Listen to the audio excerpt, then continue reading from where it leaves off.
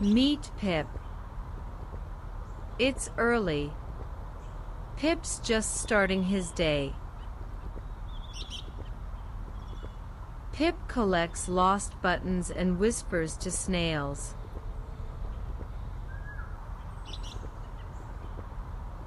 Pip wants you to be gentle with yourself today.